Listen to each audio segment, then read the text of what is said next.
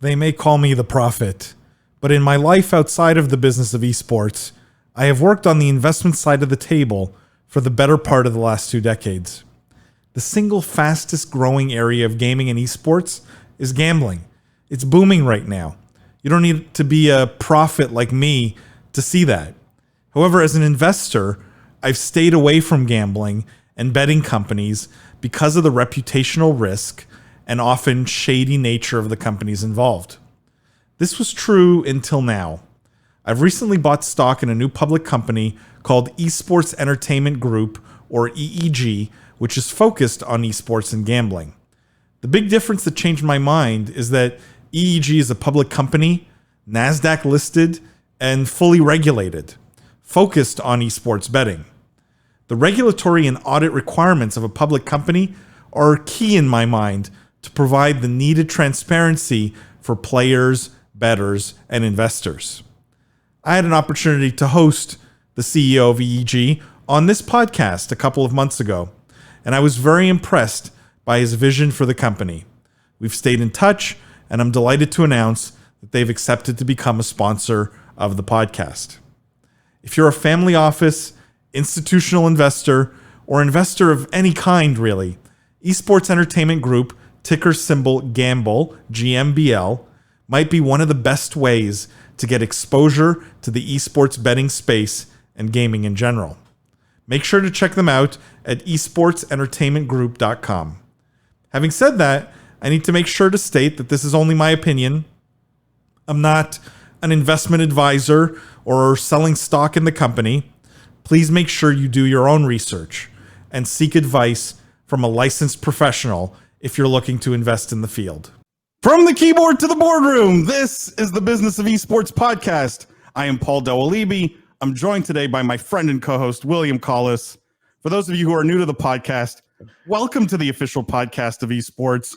What we do here is we cover the most pressing gaming and esports topics and news of the week, but we look at all of it through a business and C-suite lens. We dissect, we analyze the business implications of everything happening in this industry.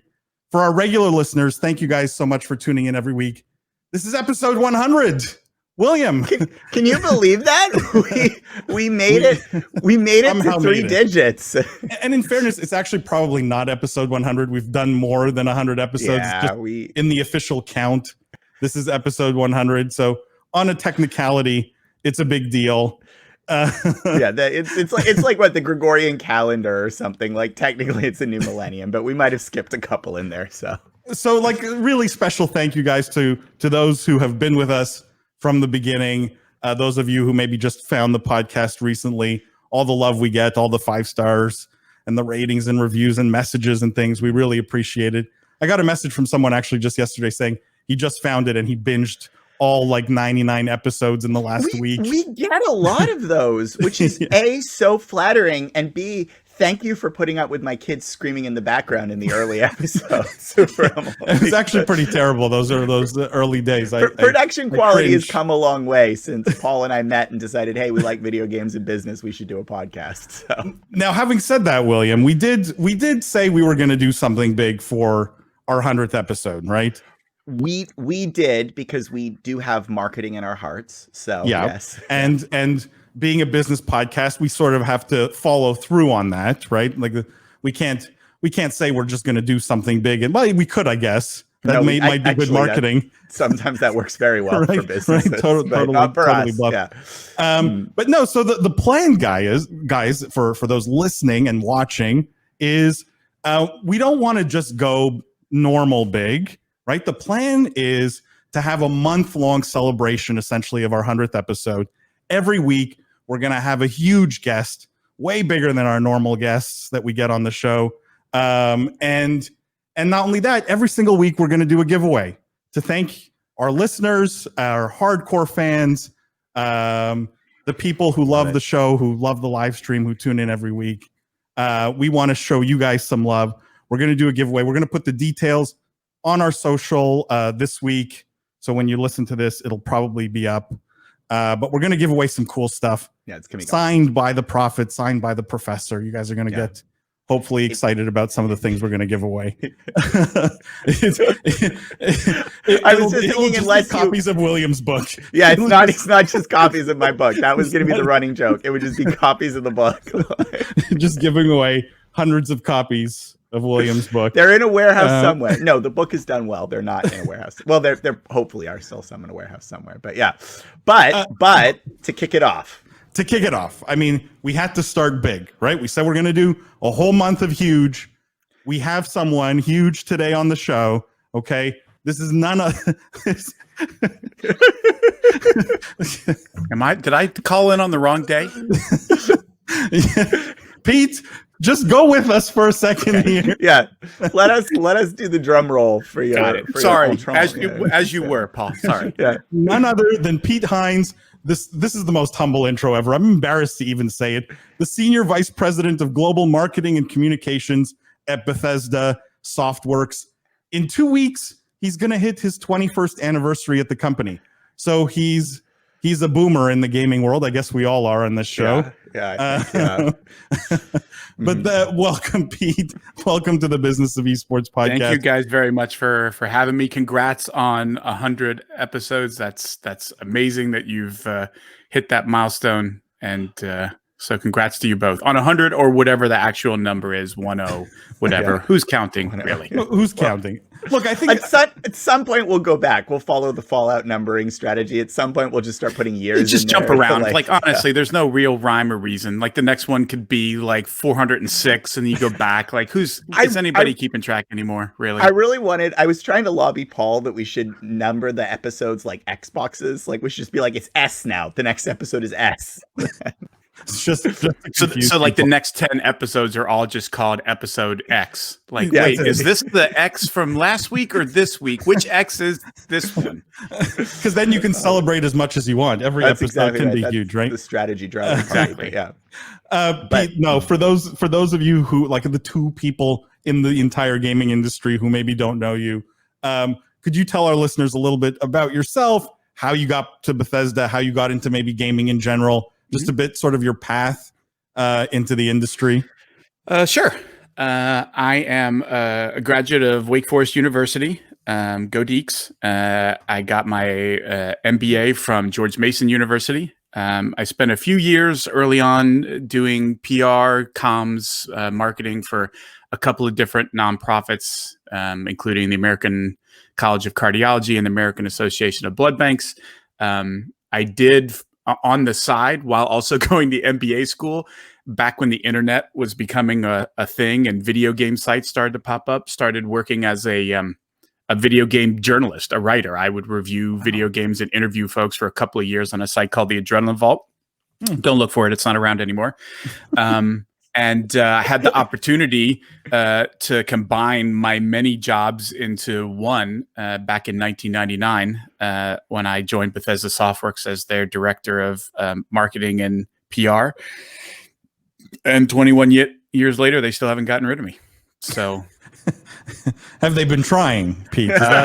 They claim they have not, though. Okay. I still have my suspicions. But yeah, 21 years though, we're going to be able to cover some good gaming history because I have some questions about a long time. Some early titles in the lineage that define my childhood that we can chat about. But there is, of course, if you're listening to the podcast at all recently, there is a big business development that Paul and I are massive fans of, and we have not been shy about it. It's the elephant in the room here. The elephant in the room. Bethesda's acquisition by Microsoft. Mm-hmm. And so if it's okay, Pete, I'd kind of like to kick it off there and give you the floor a little bit to describe a little bit, if you can say sort of how the merger or the acquisition brewed. Was it a long time coming? Was it sudden? Sort of what was the history that led up to it? And then just a little bit about the strategic rationale from Bethesda's perspective about the acquisition.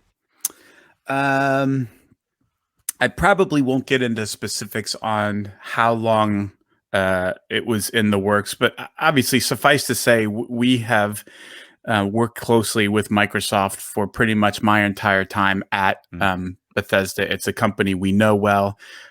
They were the ones who really gave us the incentive to change from just being a PC only developer, which we were when I started back in '99. We developed and made games only on the PC, and decided to make the leap for a game called the Elder Scrolls 3 Morrowind for the original Xbox. And honestly, in part because at their urging, like, hey, this console could do the kind of games that you all make, and an RPG like yours could do pretty well on our system. And that was sort of the early days of what has become a 2-decade relationship between ourselves and a lot of folks over there who we very much like and respect.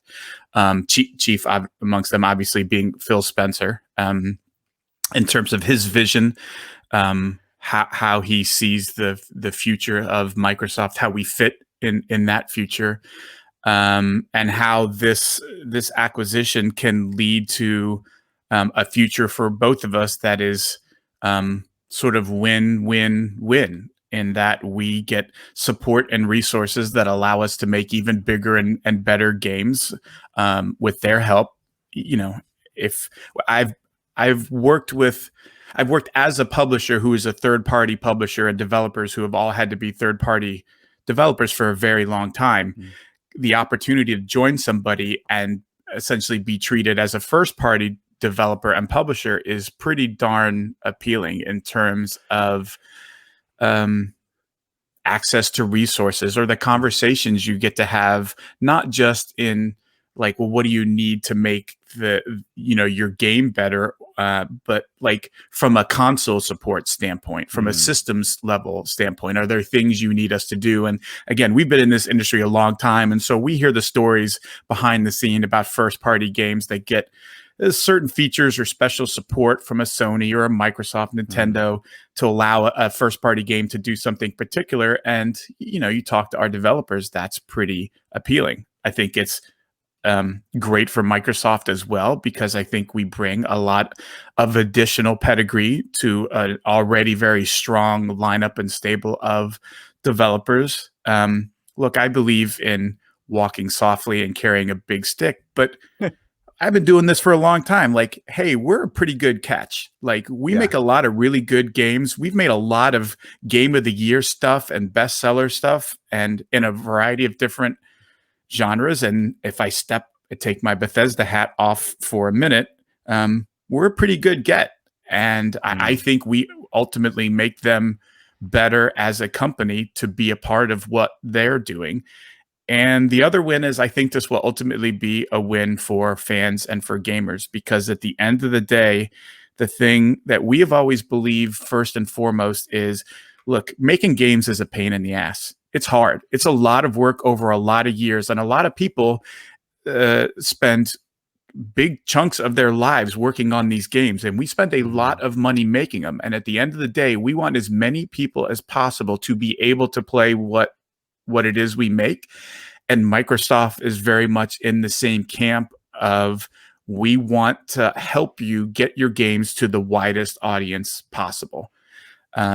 Which means that people are going to be able to play our games, all over the place, not just on a specific console, not just on your PC, but what they do with xCloud streaming, and, streaming being something that we as a company have looked into and worked on some things there in terms of moving that forward as a viable technology that, sure, I'll have people playing Skyrim, Doom, Fallout, fill in number here on as many devices as we can. And so at the end of the day, I think it is a good cultural fit. I think it's a good philosophical fit. And I think it's a good fit where our strengths play well to their strengths, and vice versa. Yeah. So just following up on that, because there's another question I was sort of desperate to ask in this, which is, so you said, Bethesda's a good get, right? And totally agree. I mean, there are some incredible brands in the portfolio that Bethesda has, but also you guys weren't cheap. You were, the acquisition is William, it's worth mentioning your benchmark, right? Because William has a benchmark on the podcast. Which is my benchmark for acquisitions is Star Wars. When Disney bought Star Wars, that was like $2 billion, right? That's kind of my benchmark. So large acquisitions, I always sort of value in multiples of Star Wars. Of Star Wars. Yeah. So Bethesda, again, I mean, 3.5 Star Wars. Like, that is a lot of money. Star Wars. Yeah, that's a lot of Star Wars. That's actually more Star Wars than actually are films in the Star Wars mainline trilogy, you know? So seriously though, like, just valuation, obviously, you know, Microsoft's sophisticated buyer, you know, you guys must have deserved it, but where is that value coming from? Is it the IP? Do you see the value in Elder Scrolls, Fallout, things like that? Is it the studios and the talent? Is it something else? Like, if Microsoft were going to say they're worth $7 billion for X, Y, and Z, what are the buckets the value is getting created in? Well, certainly it's the things that you mentioned, right? We do have a lot of pretty strong IPs. Elder Scrolls is a massive brand for us. Fallout, Doom, Wolfenstein. You know, we've got a lot of stuff that has value and legacy, right? And not stuff that we just came up with 5 years ago, right? Doom started and Wolfenstein started the popularity of, or the existence of, first-person shooters a really long time ago. So whether it's RPGs or first-person shooters, I do think we have very strong IPs. I also believe we have really good pedigree in our studios in terms of every studio that we have that is part of our company that we've shipped a game with has won at least one Game of the Year award for what they've made, except for one developer. And that's pretty impressive when you talk about a whole wide variety of studios in different locations, very different genres, actions, you know, first person sim stuff, really bloody, violent, kill Nazi stuff, kill demons, post-apocalyptic fantasy. We do a lot of different stuff. So I do think there's a lot of talent. I also think that, and I've heard Phil talk about this, is he had a lot of respect for the fact that it's not just that we have talent, but that we're willing to take chances and try and push things forward and break ground, right? We didn't just participate in VR. Like, we were, you know, a primary catalyst for VR becoming a thing with the technology that we figured out. And, you know, we've put out some VR games that are considered amongst the best that anybody has ever done. And we've also done some really cool stuff in mobile, like what we did with Fallout Shelter and something that nobody even knew we were working on, and then suddenly released. And now here we are, 100 and whatever million users later, and it's still this phenomenon in streaming, which I mentioned before, where we, you know, have worked on things like our Orion technology and figuring out how to make streaming faster and better, both for the platform that's delivering it in terms of, you know, reducing costs or being more efficient with the hardware, as well as making it a better experience for fans, that you can be farther away from data centers and have, you know, a really good low latency experience. So it's and our culture, like I think that is important, right? He has spoken about this culture that we have of how we work together, how we work with others.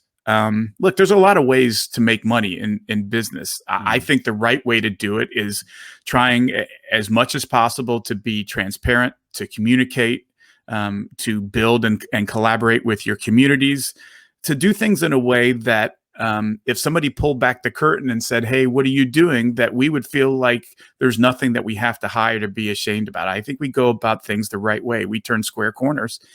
And I think all of those things combined speak to not only what we bring, but also, you know, again, I can say this because I know for sure he said it because I was on the podcast when he did, that Phil also knows about all of the things we have in development. And while we can rattle off a bunch of IPs of previous games, we also have a lot of really cool stuff coming up going forward. And I think all of those things point to the value that ultimately Microsoft saw in us. And certainly we believe in it, right? I know my chairman really well, having worked for him 21 years. I assure you, who wasn't trying to talk Phil down to a lower number.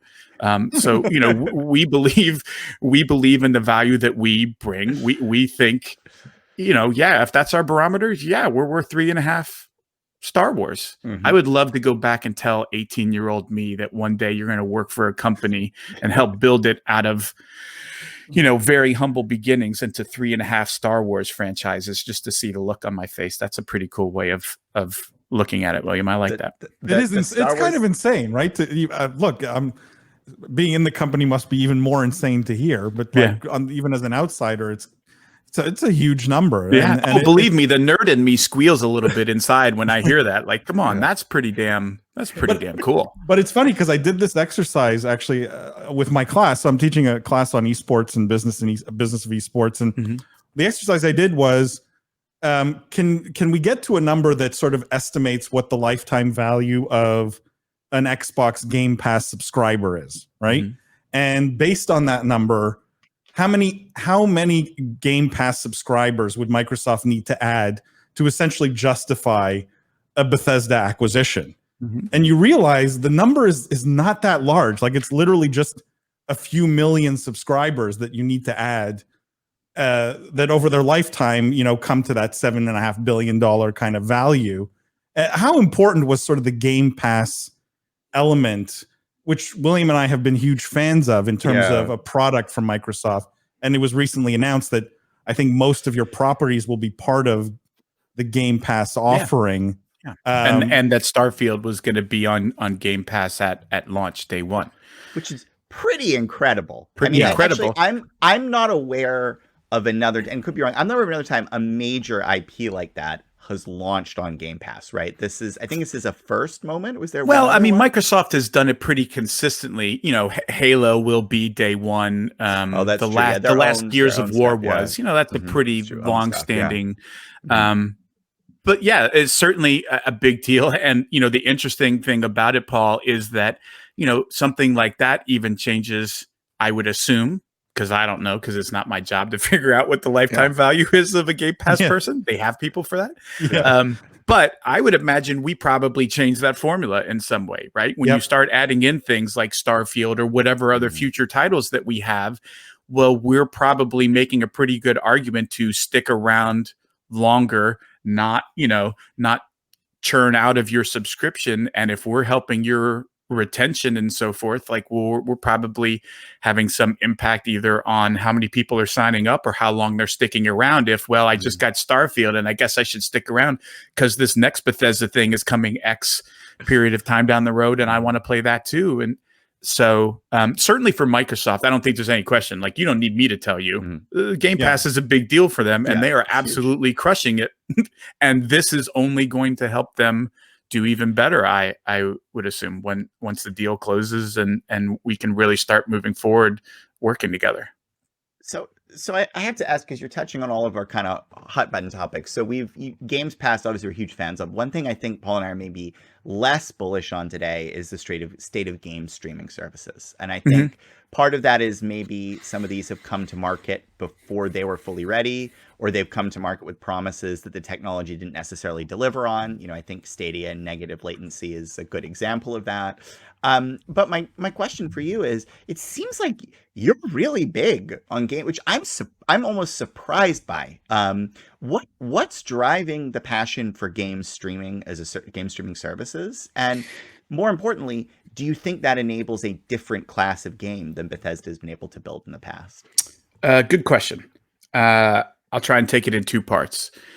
The first part is, I think the importance of streaming is twofold. Part of it is your existing players, right? And by existing players, I mean somebody who's gaming on a PC, somebody who has a console, one or more. I have a Switch, I have an Xbox, I got a PlayStation, and their ability to use streaming to further be able to play the kinds of things they love in a different way, right?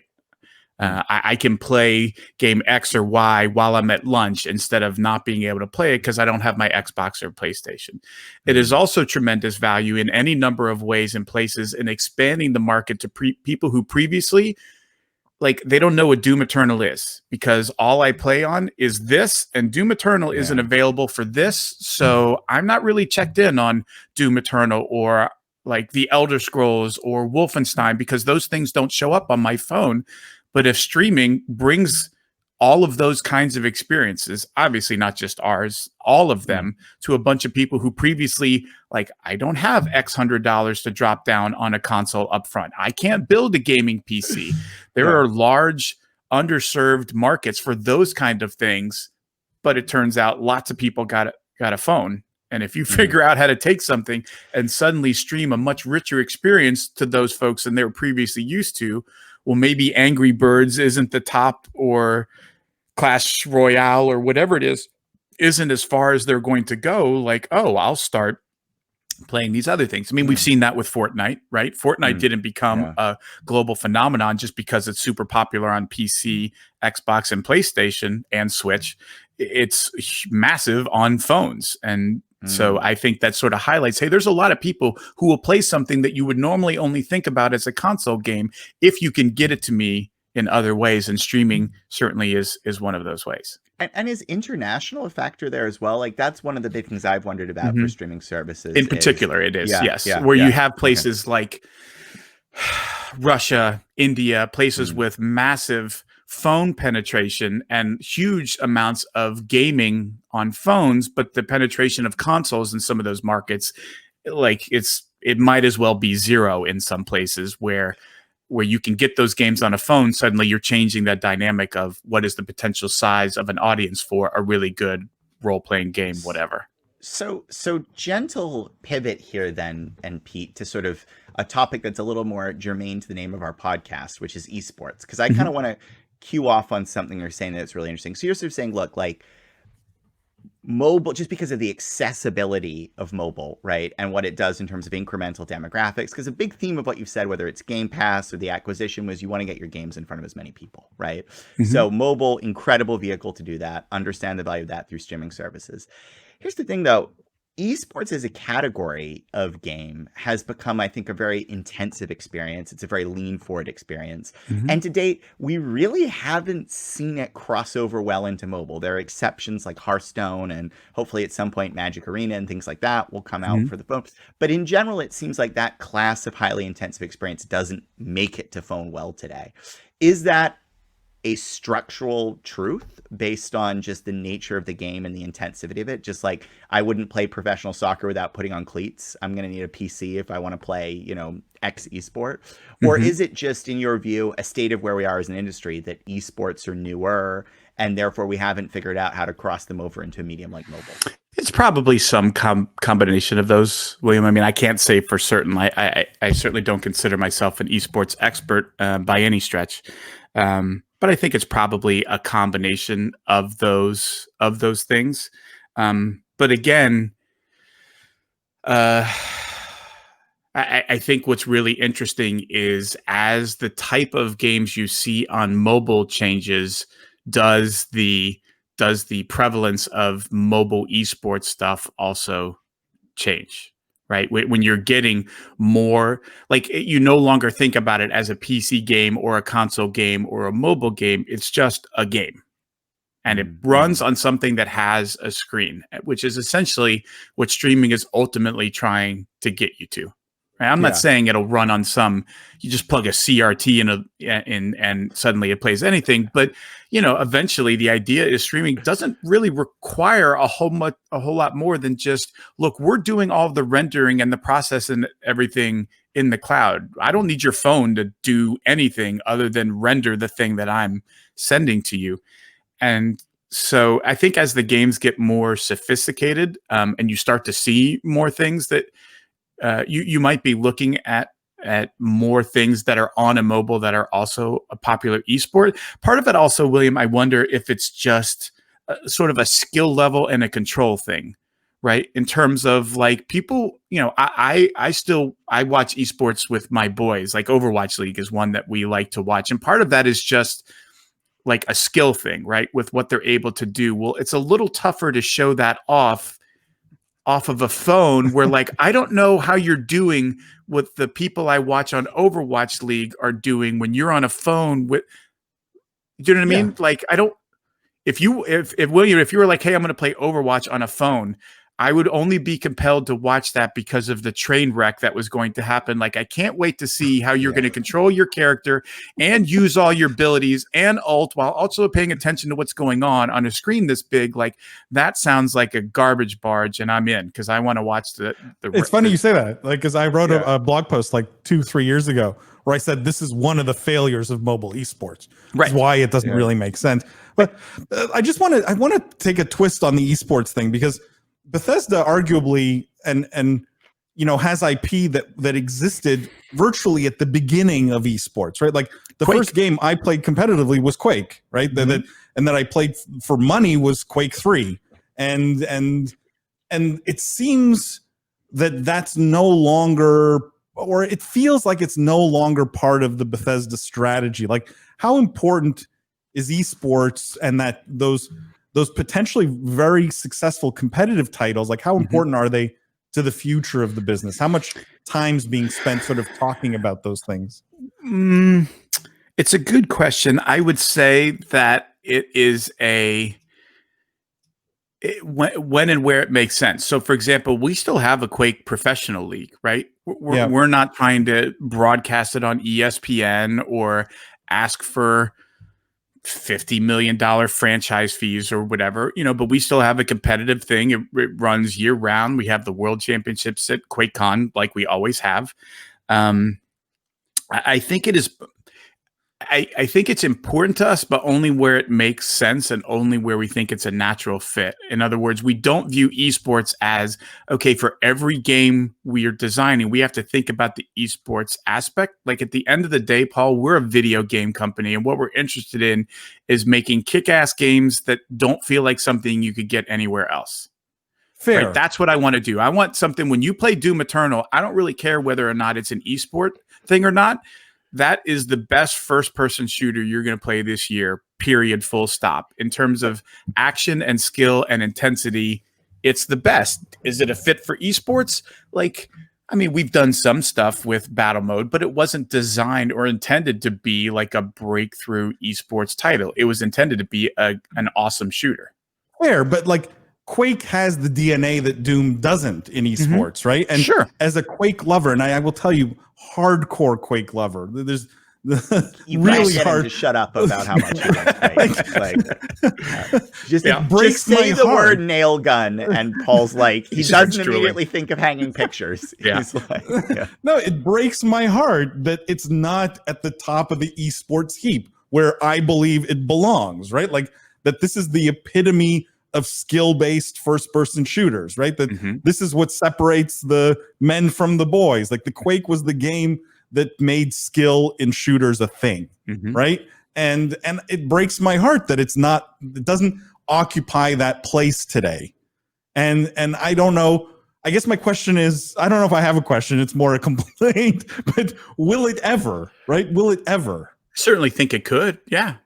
Of course, it could. Yeah, no question in my mind, it could. And I would imagine, I will go out on a limb and say at some point we will make another Quake game. Like, it's too good a franchise and too good an IP and too iconic a thing for us to just say we're never making another one of those again. But I don't know how many years it will be until that happens. When it happens, maybe that's its moment to break out. I'm not really sure. But the message is internally, esports is not driving any of the game decisions.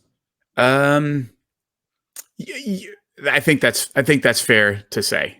Okay. And even if it's something that was designed for esports, at the end of the day, it should be a part of it, but I don't think it should drive the decisions in terms of, like, if you're making decisions based on whether it's an esport as opposed to does it make the game better or not. You know what I mean? Like, usually tend to focus on what makes the best game possible. And yes, you want to think about spectator modes and all of those other things that enhance it. But at the end of the day, the game itself is going to determine whether you break through or not. People really like it, you got a shot. They don't like it, it doesn't really matter if you wanted it to be an esport or not. It's not going to be. Yeah. So I think, it will be something that we continue to look at, and if we think there's a good fit, we will certainly consider it, but it's just not something you can force or say, we're going hell bent for leather to break in big into esports with X. Do you know what I mean? Like, I think there's a lot of ways to be successful, and that just that's not how we think about it. I would rather make a shooter that just a lot of people love to play and kind of go from there.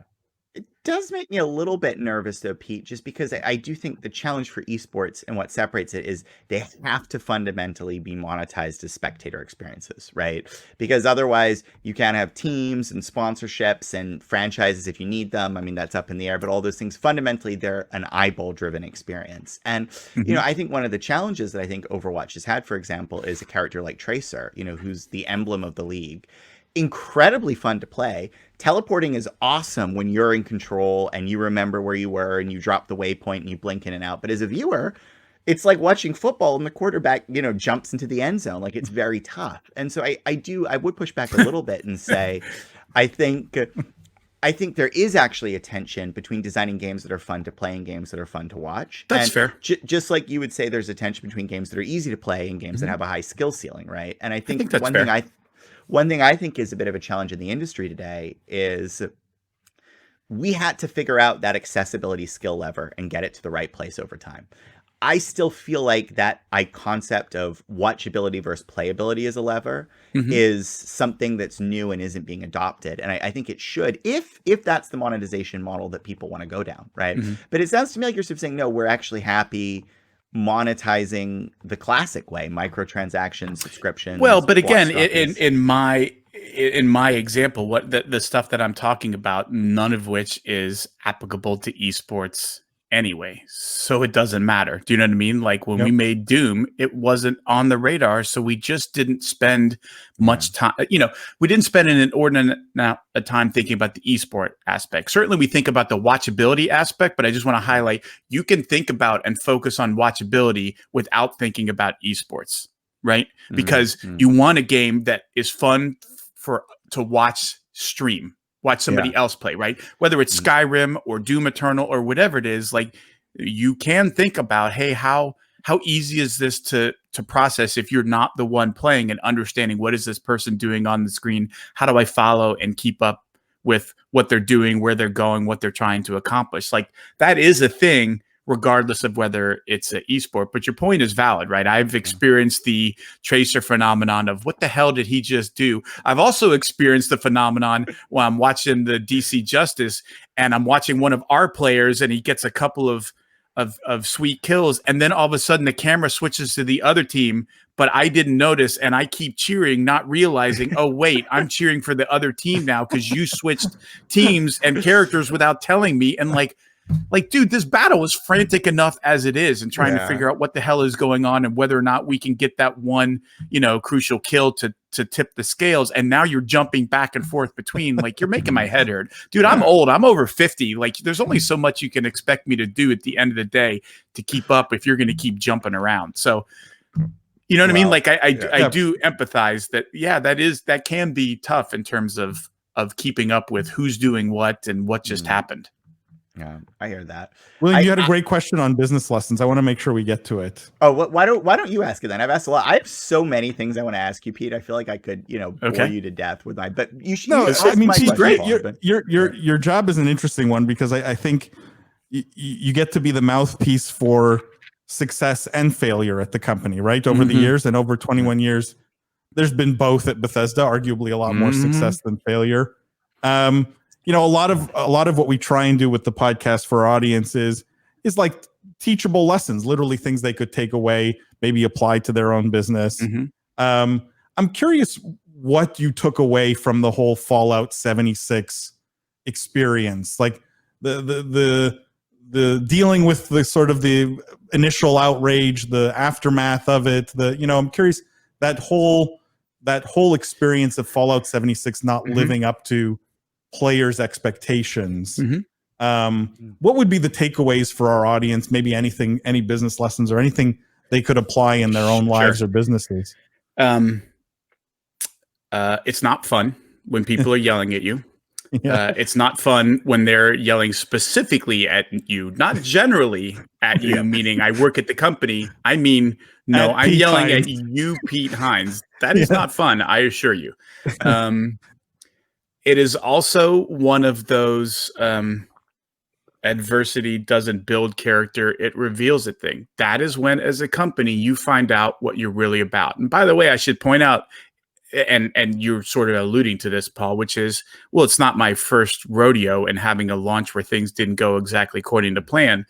Elder Scrolls Online, when we launched it on PC, it didn't have, the exact reaction you would have hoped. There were some issues and some challenges, and we had to put in a lot of work. But there's a variety of different ways that you can deal with those things. And we very much are a company and a culture that says, if we believe in this thing, just because it doesn't go well doesn't mean we're going to quit, right? Like, are we going to fold up tent and say we tried it and it didn't work and oh well, and move on and just give up entirely? Or are we going to say, I got it. Some number of you don't like this, but some number of you do. And there's a lot of things that could make this game better, and they're all on us to do.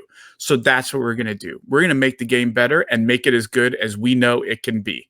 And it's not going to take a day, and it's not going to take a week, and it's not even going to take a year. But you either commit yourself to doing that, or you're in the wrong business, as far as I'm concerned. If you're going to quit just because things don't go well, then that's not the sort of folks that I enjoy working with, right? Yeah. And you never want things to not go well, but you really know what you've got, and you really know who you're working with when that kind of stuff happens. And again, it's not that people aren't frustrated or that they aren't upset. And by people, I mean inside the company, right? That it's not like we're like, oh, it'll be fine. Like, no, it hurt. It's not fun to disappoint people. It's not fun to let them down. It's not fun to make them angry.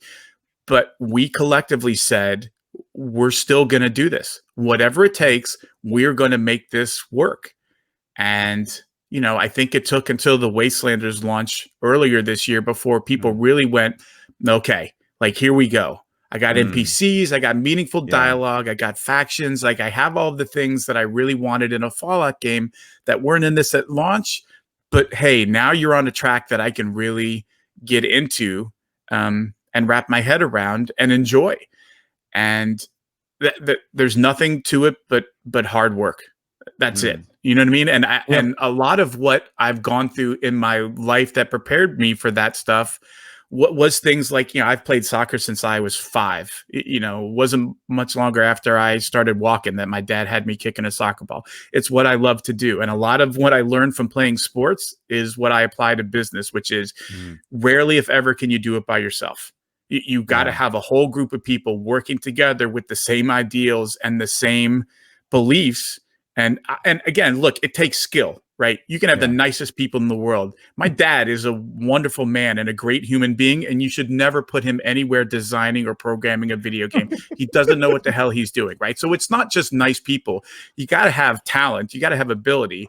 But most of all, you got to be a team. You have to have each other's backs. You have to understand that, look, shipping a game that doesn't go over well is not all that different than going on a bad losing streak, right? And I've been on teams where the chemistry wasn't great and people start pointing fingers at each other and the defenders are going, well, our forwards can't score a goal to save their life. And the forwards are like, well, it doesn't matter if we can score because you guys can't guard anything and we give up 7 goals a game. You know what I mean? Like that's one way for it to go. And the other way for it to go, and my experience when I played, and served as sort of a captain or a leader on a lot of teams, is to grab people by the collars and to grab them by the shirt and go, hey, knock it off.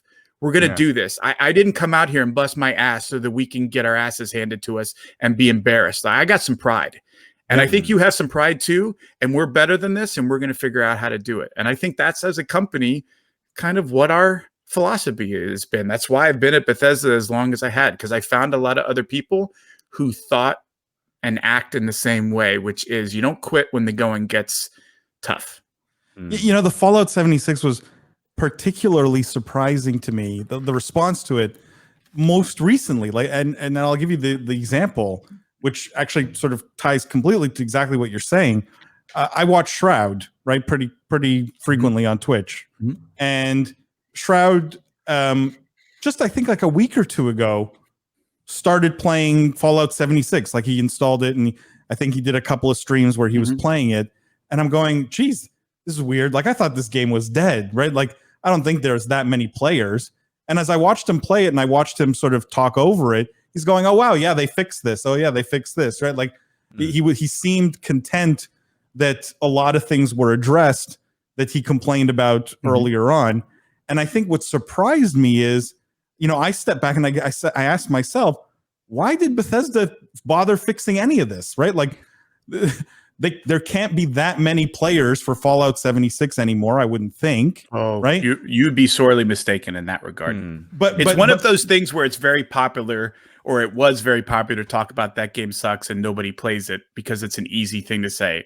I assure you, we would not be doing this if there weren't lots of people playing the game. I guess, Pete, I guess maybe then I gave the company lots of credit because I said, look, they fixed this even if no one's playing it, right? There was so much pride in the game that they still fixed it. They still took the time to do it, but that is an which I thought was cool. Of sort of like fix versus build again, right? And that tension in games development. I think that's interesting. But I have another topic I'm desperate to get in, Pete, because this is one that I think is our most asked listener question about business models in gaming.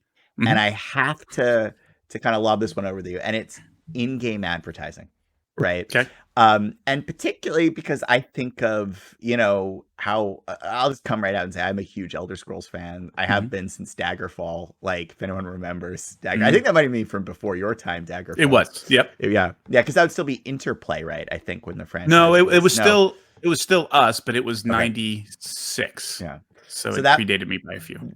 That was probably the first RPG that I ever really liked. But anyway, aside. But, one of the things I think a hallmark of Bethesda titles across the spectrum, whether it's Fallout or Elder Scrolls or whatever, is very immersive worlds. At the same time, there's a lot of talk in the industry about the power of in-game advertising, injecting Coke ads, right? And it's done sometimes even in places where it doesn't necessarily, where you'd be surprised. I mean, the example that stuns me right now is I'm playing Death Stranding and seeing the ads for Norman Reedus's ride on AMC every time you take a shower in that game, right? Like, how does Bethesda think about an opportunity like in-game advertising? And is it high of interest? Yes, let's get more monetization for the title. Not at all. We're never going to touch it. Like, what's the thinking there? Well, so far we've never touched it. I mean, again, I'm almost there. 21 years. We've never embraced it. First of all, like, we'll get it the hell away of anything where it would make no sense, right? What is your ad doing in the Elder Scrolls? What is your ad doing in Fallout? That's not an ad for something that should exist in the world. Bottle caps, you're okay. Yeah. Or Doom Eternal or Wolf. You know what I mean? Like if you look at the stuff that we do, or Dishonored or Prey, or Evil Within, like if you go down the list, it just doesn't make a whole lot of sense. I don't think we make the kind of things, if I made a sports game, if I made basketball or football, and you're used to seeing a field or a court where there's ads on the side, like, well, yeah, like there's always ads on the side. What difference does it make whether we make them up or they're legit? Like, you're not harming the integrity of the game either way. I think in virtually every situation you would look at least for the things that I've been around for, it would make zero sense, and it would be really noticeable and a bad feel. And I'd rather not. And this is actually interesting just for the listeners, because I think like your response is exactly why I'm extremely not bullish on in-game advertising. Is yes, there's a lot of assets there. Yes, there's a lot of places you could put things. And yes, I'm sure there's great tech to inject it. But like publishers just don't want it. It's too antithetical to the game experience. And it's interesting to hear you state it so strongly. Normally people dance around it a little bit and they're like, oh, well, we might consider it. But you're essentially like, look, it's just, if it doesn't make the game better, we're not going to go in that. It's a risk. Why would we touch it? Exactly. Although, again, I do have the benefit of, well, our developers keep making worlds where none of that stuff would make sense. So it never gets broached in the first place, right? It's pretty easy, like when you do stuff like the Elder Scrolls, where there is no universe in which you could realistically figure out how to put a Coke ad in that game where it wouldn't be the worst thing you've ever seen. So I kind of get off easy. Like, I don't have to fight anybody on, no, we're not going to do this, because nobody wants to do it. Do you know what I mean? As opposed to more modern, grounded, present day stuff, which again, like we just don't do a lot of those kinds of things. So it never really comes up. Yeah. Pete, a bit bigger picture, just as we zoom out here. What is the thing you're most excited about in the industry? You've been at Bethesda 21 years. What is the thing or things or trend that gets you really excited about the next 5 or 10? It's a good question. I mean, I'll be honest with you.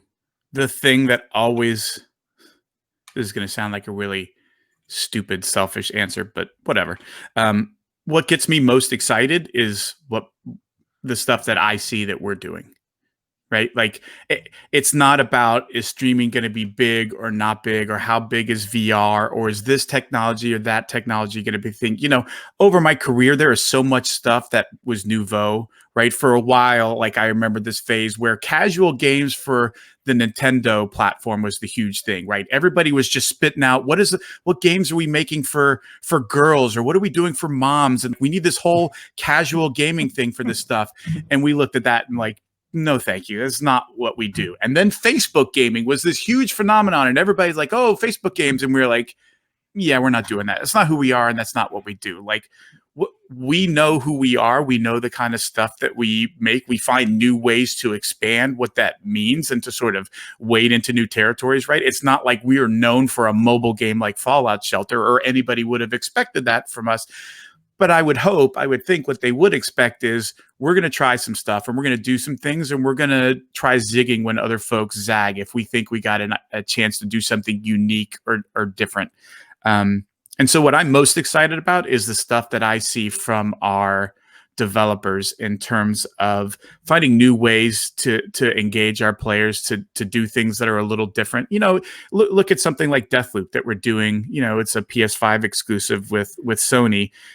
From Arcane Leon, it has a lot of what my favorite studio, I think, in the Bethesda portfolio. Yeah, it's. I mean, those guys are. Yeah. They do amazing stuff, and if you look at what you would expect from an Arcane game, there's so many of those things in Deathloop, right? That the world is very realized. There's a reason why everything is where it is. It's a very systems-based game, meaning we don't script a lot of what's going to happen. We just throw stuff into the world in this big toy box and go, good luck. Do this however you want. Be quiet. Go in guns blazing. However you want to approach it, go nuts, have fun. So it has a lot of that. But then they're like, hey, we really love the idea that the main bad guy, or in this case, bad girl, bad woman, can be played by another person. That you can allow somebody to come in and to play as Juliana, trying to stop you as you're going through trying these assassination missions and finishing quests, that she can be in the game as an AI thing, and it's still a single player thing. But it's really interesting that you could invite your friends or other folks and rise to the challenge of, can you beat this mission if that's being played by a human who ostensibly is going to be way better than the AI would be, right? And as we played the game, and I played once with just the AI as Juliana, and I played one way, and then I started making very different decisions when I played it with a human player, because I was like, well, if I do this, I know that player is going to hear that explosion, and I'm telling them exactly where I am and how I'm moving through the level. So I'm not going to do that thing I did last time. Whereas with the AI, you're like, oh, the AI is not going to know that, that explosion. You know what I mean? Like, oh, come on, the AI doesn't work like that. But with the human, yeah, they see and notice everything. And the tension there and the challenge of it almost made it feel like a very different game and a very different mission than this exact same mission was with AI. And so I think looking for new ways to evolve gameplay like that is what I get excited about. And just seeing where our teams are headed next with the kind of things that they want to make and do. Yeah, well, I'm very excited about that, because I love Dishonored, but I think one of the challenges in that title was replayability of the levels. Like after you achieved a level of mastery, that was sort of it. You kind of knew where to go and what to do. And I think it's a very interesting addition in that regard. But I love that self-awareness though. Like as a studio, as a developer, as a publisher of games, like to me, that's that's somewhat unique these days. Everyone, you see a lot of studios trying to ride waves, right? Everyone wants to do a BR game now, right? BR for the last few years has been the thing. Everyone needs a battle royale game now, and I think you guys have, interestingly enough, stayed away from the clear trends, but sounds like with a very clear sort of self-awareness of who you are and what you want to do. Yeah, I think we know who we are. I mean, again, look, we're not immune to it, right? The team felt like it was a pretty cool thing that might work in Fallout 76 as a standalone mode, and they added it as a free update for folks who wanted to play the game. And it does some different things. It feels very much like a Fallout version of a battle royale. It's not trying to compete head to head with, Apex Legends or Fortnite or what have you. But yeah, it goes back to my previous point. Like, we don't just see a thing become popular and suddenly we got to do whatever it takes to go running towards that thing because it's all about that now. Like, well, if it's not what we're about or it's not something that we're passionate about making, then why would you bother? Why would you try making something only because that's what you think everybody else wants? If you're not making it because you care about it and you're passionate about it, it's probably not going to be all that good. Like, at the end of the day, you got to make stuff your devs want to get up and make every single day. Because like I said, it's a really long road. It's years and years of really hard work. And you're not going to get there by doing something that somebody else thinks is a good idea. And you would rather do anything than go in and make art for that game. You know what I mean? Like, yeah. So that's really interesting. But that actually goes to the last question I really want to ask you, which is, you said you're right. Games are a massive process, 4 or 5 years for some of these titles, sometimes longer if you hit a snag. I'm just curious, and I would love to hear from your perspective about the moment of inception for these things. So, you're Bethesda, you're planning now for, I'm guessing, 2025 or 2024 or something, and you have a slot in your line planning equivalent for new title, right? And that could be anything. That could be Fallout 7, that could be a totally fresh IP. How does that process get handled? That the big new tentpoles, like what's that moment where the big new tentpoles get played? Well, so here's the thing. I'm just making sure that, like, my chairman is not going to be like, "You're an idiot. What are you doing telling people?" But I think this is all fine because it's not rocket surgery. I love that expression. We tend to focus more on what is the idea and who's making it, right? We don't say 2024, what are we putting out? I think it's the wrong way to go about doing it because you've already put an arbitrary constraint on it. You've said it can't take any longer to make than this. What if you have the best idea in the world and it's going to take longer than that? Are you not going to make it? So we tend to focus more on who's making it, why is this a good fit for what they do, and why are we excited about the idea? I will tell you, William, this is a thing, we used to do a lot more third-party publishing than we do now, right? We've got a pretty healthy stable of studios that we work with, and so here and there we've done some third-party stuff. Rage 2, for example, was third-party with Avalanche as the developer. But by and large, it's a lot of internal stuff. But back when it was external, and developers would come to pitch us their ideas, and they were doing all this stuff that used to drive me crazy, right? They were basically trying to write like the bullet points in the back of the box. And I would always interrupt them and go, stop. I don't need you to do my job for me, okay? What I need you to do is sell me on why I want to play your game. If you get me excited about it, I will go get everybody else excited about it. You only got to sell one copy. You got to sell me.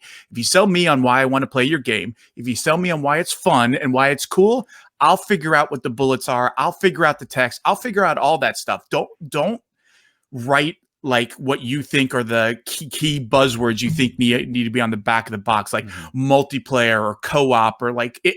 Are you any good at making co-op? Does that have anything to do with the game you're making? Then why the hell is it in this presentation, right? You're just doing it because everybody else is saying, well, you can't do a game anymore without multiplayer. You can't do it co-op. Oh, bullshit. Like, is your game important for those features or not? Because if it's not, then get it the hell out of here. Because at the end of the day, one thing that I know for sure and that we've learned is focus is so important. Focus is crucial. You can do anything, but you can never do everything. And the more things you try and do, the less good they're probably going to be. And you tend to make games a lot better by subtraction, not addition. Very few games get better because you keep adding features to them. They get better when you start to realize, you know what, the time and effort we're putting into this feature, it's just not turning out as good as we thought. Let's cut it. And we can take all the time we would have spent polishing that, fine-tuning it, and put it into these other things that we know could get even better if we spent even more time on them. So you go sort of from this to this, right? And that is really, I think, where the secret sauce is, which is if you get a developer who's got an idea and they say, look, at the end of the day, it's about this. You're this guy who looks like this big meathead who is all about killing Nazis. But at the end of the day, he's a pretty simple guy. All he wants is to go home to a quiet house with a white picket fence and live out his life without worrying about Nazis ruling the world and screwing everything up. And that's what BJ Blazkowicz is about. And in this game, you're going to be this guy and do this. And I'm like, done. I'm in. Let's do that. Giddy up. I don't ask, is it going to have online, or what about this, or what about that? Like, I want to know what is the thing that makes me go, oh, I can't wait to play that game. Because once I'm excited, then that's where I can start to come up with and work with teams. Because obviously, I'm not coming up with most of this stuff anymore. I have teams of people who come up with, how do we market Wolfenstein? Why is Doom Eternal cool? Why is Starfield going to be a game you want to play? But when we get excited, we know how to take that excitement and bring it to a wider audience and get other people excited. Show them the game, show them what you're making, and they're going to decide on their own, that's a game I have to play. Because one of the things I feel like I do that is a little bit different, or very different depending on who you talk to, is I don't believe it's my job to convince anybody. I don't believe it's my job to convince Paul or William, you need to play Deathloop, because I don't think that I can. Like, I don't treat consumers like idiots that I just have to trick, or I'm going to make up their minds for them. Gamers are smart people. They see through the bullshit. That you can't fool them. You got to be true and honest to what you're making and why it's cool and fun. And if you show them stuff that you think is going to it gets you excited about playing the game, chances are they'll get excited as well, if it's the kind of game they want, if it's the kind of game that they're looking for, right? But it's sort of that idea of, you got to be respectful to your consumers. You can't just treat them like, you make a cool box front and they're going to go, oh, guy with cool gun, I should play that. Like, nobody buys games like that. And by the way, I don't think that they ever have. I think you do much better by taking the core of what's fun about a game and showing it in a way that other people will connect with, and they will come to their own decision whether or not that's worth their time, that's worth their money, whatever it is you're asking them to part with. Very cool. Pete, I have my last question for you. Okay. It's near and dear to my heart. Okay. I've been a lifelong hardcore PC gamer. Okay. To the point, I would say I'm a little bit of a console and mobile hater.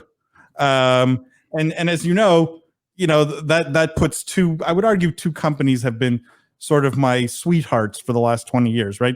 It's like Bethesda and Blizzard, more than anyone, I would argue, created some of the most breaking PC games. Sure. That's a good two to pick. And the way I see sort of things going, and every 5 years people say the PC gaming's dead because such and such comes along, and these console generations super powerful now, or we have game streaming to your phone now, and right, like every so often you hear PC gaming is dead. How important is PC gaming to Bethesda still, right? Knowing that really was the DNA of the company early on. How important is it? And do you think there's any credence in the next 5 to 10 years to the sort of the PC gaming is dead crowd? It is very, very important to us, and I would give no credence to that whatsoever. PC Even gaming, with the Microsoft sort of acquisition, although they're fans of PC gaming is not going. PC gaming is not going anywhere. Look, I think what Microsoft is trying to do, and again, I'm not Microsoft, at least not yet. I'm not part of Microsoft, so I wouldn't know for sure. But I'm saying, just as an external party who's viewing what they do, I don't think they're trying to force you to drop your gaming platform of choice to embrace theirs. They're simply trying to widen it, right? Yep.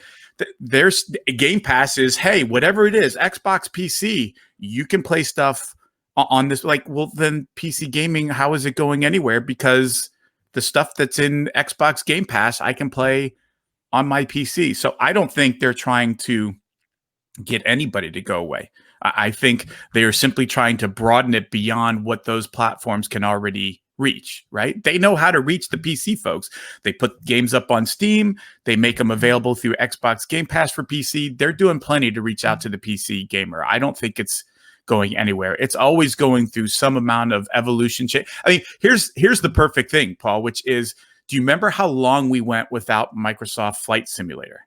Yeah, long where time. it used to be massive, right? Like every year when Flight Simulator came out, it was a huge deal. And you had the giant manuals and people who were super into it, loved it. And then it went away for, 13, I mean, I wasn't even paying attention, but it seemed like forever.